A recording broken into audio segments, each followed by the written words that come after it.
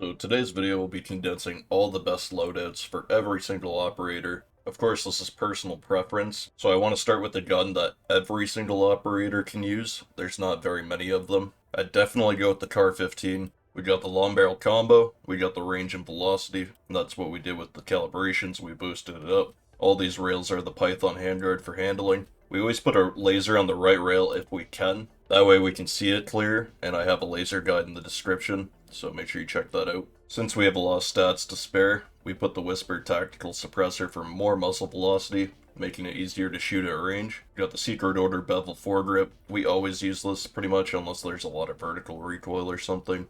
I actually went with the new 30 round mag. This came out in Season 2. Basically, it gives you even more stability, making the build pretty easy to make. You do, however, have to deal with only having 30 rounds, but I think it's pretty manageable with this gun. Make sure you put any one of these on. It just gives you extra handling.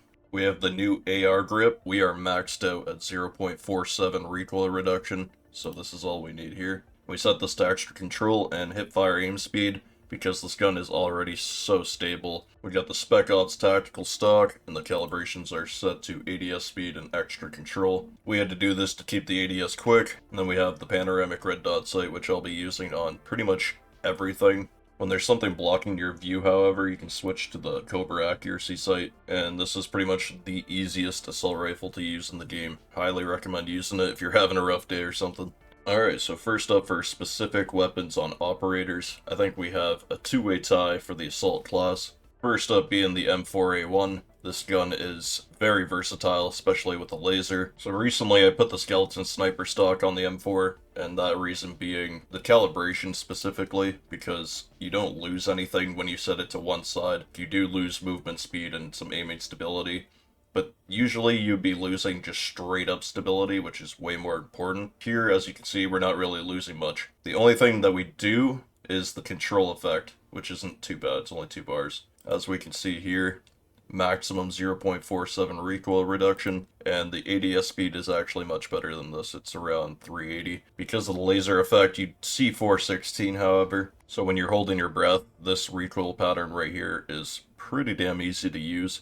And since we don't have the Hydro Riser and stuff like that on it, there's no extra shake. The rest of the build is pretty much the same still. I actually moved it back to stability when moving, since we got that extra handling. We were able to take off the hipfire aim speed. We got the 45 round mag. I think this is just the best of everything. We got the same foregrip with the same calibrations. And then we have the Sandstorm vertical compensator to deal with the fast fire rate, and this makes it feel extremely stable, comboing it with the horizontal stability as well. We always go for the longest barrel if we can, if it's possible, because we want that muzzle velocity like we talked about, so we set these to the right. And this is pretty much the same as the last gun. We got the laser on the right rail, and we got all the Python handguards. I think the less zoom, the better it feels, but obviously you want to be able to see at range a little bit.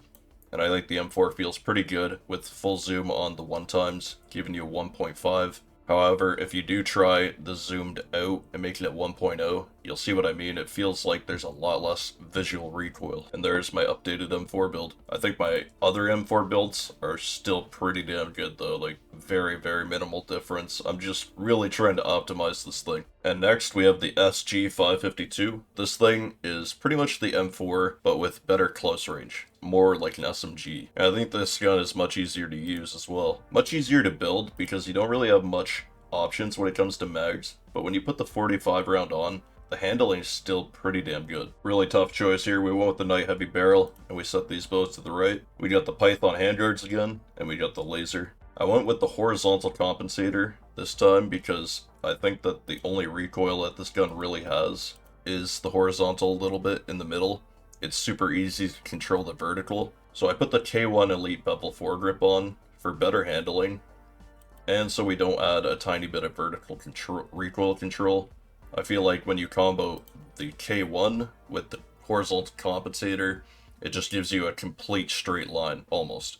Like I said, this is much better than the number you see here. And the stability is only 0.65. Just try this build out. You do not need 0.47 on this gun. My previous builds have focused on the stability, which works well. I've had 100 kill games with that as well, having the sniper stock on it. But I think focusing on the control a little more over the stability on the SG is worth it. just making it feel like it doesn't move. Next, we have the medic class, and these guns are also available on the Recon, so you could say that they're the best on that one as well. When it comes to the best overall weapon, I would say it's the SMG-45. Yes, it does lag at range a little bit. You do have to shoot a few more bullets than an AR, but you do not miss with this gun. When you use a laser on this gun, it's just unbelievable what you can do with it. So that's why we maximize the stability. So we'll start off with the laser there, of course. Our barrel, the maximum range and muzzle velocity barrel as always, both to the right. And we have the SMG Echo Suppressor to maximize on the muzzle velocity. We got the same foregrip, of course, with the same calibrations, 40 round mag on there. Of course, we got the AR Heavy Tower Grip. We set this to extra control and stability when moving. We're focusing on the laser. If you watch the laser bit, I hate to keep bringing it up, you'll see how to ADS pretty fast no matter what your ADS speed is. So make sure you check that video out. And then we put the stable grip base, making it the best piece in the entire game. Then we got the Spec Ops tactical stock again, and we set these both to the right. So the reason I have this on is because usually most people are using this loadout with the one-times, which honestly is probably the way to play. But without that scope that adds stability, it's not maximized. So if you learn how to play with the scope on it, and you're using the laser most of the time, this definitely actually is the way to go. Honestly, pretty clunky looking.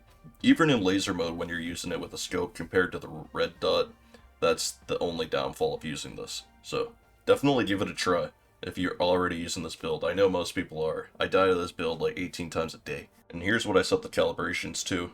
I personally think it feels the best for me, but you could set it back even farther to make it feel more like an SMG. Next we have the best up-close medic weapon and also recon weapon.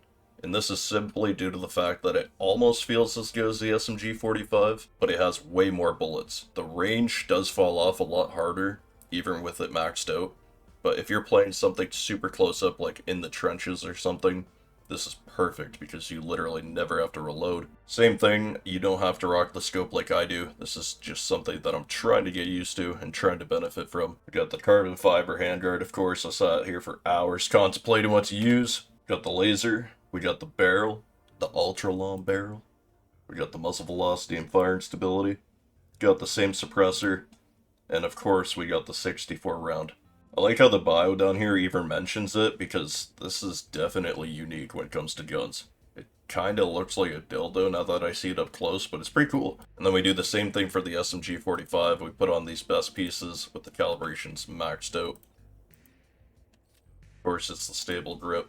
By using either this sight, the Recon 1.5/5, or you could use the 3x7, which adds the actual one-times that you want to use. It's pretty good as well. I'll be dropping a gameplay using this on the SMG-45 very soon. And this is a cool new buff for a lot of random guns. They pretty much just give you free handling, so slap this on. And here is the farm gun of the century. So for Recon, you could use either of the two previous weapons, or you could use this, what I think is actually the most broken gun in the entire game. It would be even more broken if you could use it on Assault or Medic. You used to actually be able to use it on Medic, and they took it off. I wonder why. If there's a scar in a video game, always use it.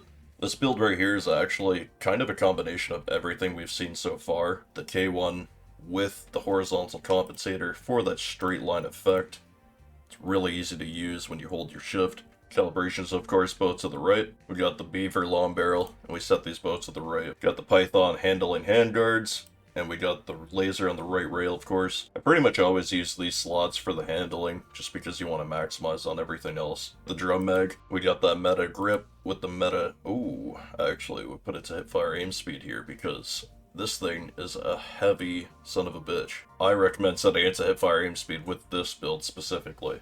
And then we got extra control. We put the sniper stock on again because, like I said, this gun is heavy as shit. So we use this to maximize on stats that we can without destroying the handling. I think this gun shoots really well when you actually set its default, but of course you want to have range, so that's what I'm using. And there you have it, the most broken gun in the game. So personally, I would use the SCAR on Engineer as well, but I wanted to show something specific to the Engineer. And here we have the M250, the fastest time to kill gun in the entire game. I'm not sure how that makes sense, but it's a fun gun to use. So we're maximizing on muzzle velocity. We got the laser. We only have one rail for this build, and that's the Python, of course. For the muzzle, I actually went with the spiral flash hider because we wanted to get the stability down as far as we could. And when you use this piece, you gain even more handling speed. So we got the meta foregrip. I almost never set these to the left. I honestly really wanted to rock the 125, but this just makes the stats so much better. We got the stock that makes every heavy gun work, got extra control and aiming stability. I think the invasion rear grip balanced everything out, so that's why I went with this. We were able to set these both to the right. Definitely an insane choice overall. So there's the best build for every single operator. Hope this helps you guys out, and if it does, please leave a like or a dislike. Either way helps the channel, and I hope you guys have an amazing day. I'm out. Peace out.